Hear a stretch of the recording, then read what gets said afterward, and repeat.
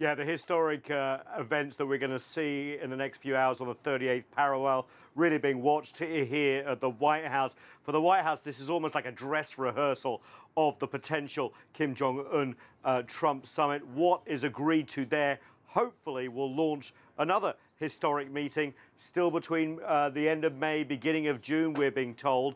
But what does the president think about it? You know, there have been so many different messages coming from the White House. He actually called into his favorite conservative morning show here on Fox News, Fox and Friends, and kind of gave a sort of spitball interpretation of where he thinks things are on the phone. Let's have a listen.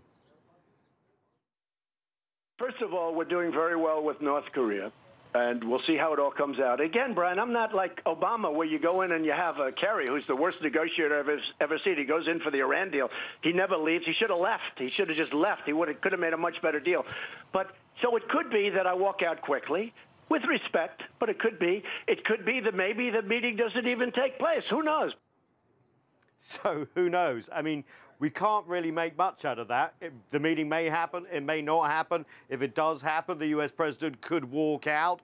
He says the only thing that he says he's going to be tougher than any other president on the DPRK, and basically says that the policy of maximum pressure that the US thinks has brought Kim Jong Un to the table, not Kim Jong Un testing ICBMs, will continue even if there is some agreement to denuclearize. And when it comes to this question of denuclearization, the Trump administration means, essentially, it means no nukes whatsoever, no nuclear weapons for the DPRK. And that could be a very different interpretation of what Pyongyang thinks as well. Of course, they're mindful here at the White House that any deal in between could split the US and its regional allies. The Republic of Korea, of course, so integral to these talks, and Japan as well. So there's that risk as well. A lot riding on what's going to be happening between the North and the South on the Korean Peninsula in the next 24 hours that should set up this historic meeting between President Trump and Kim Jong Un at the end of May, beginning of July. Nathan,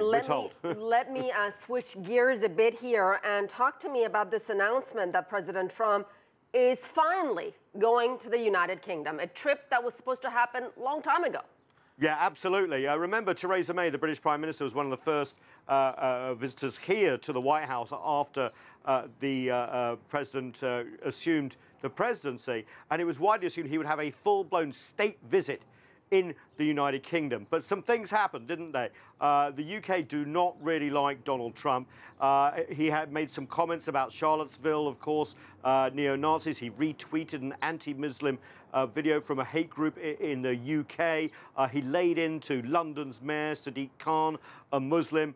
There was even debates in Parliament about whether he should be allowed or not. So he is going July 13th after the NATO Leaders Summit in Brussels. But it's not going to be a state visit. It's going to be a working visit. It's being downgraded. And the question is, will he meet the Queen? Will he have the full pomp and ceremony that he likes, that he got in Paris last year at Bastille Day? Or will the British try and keep this on the down low to not have a backlash of public opinion and demonstrations? So he's going, but there's still a big cloud over that visit. All right, Nathan King, live for us at the White House.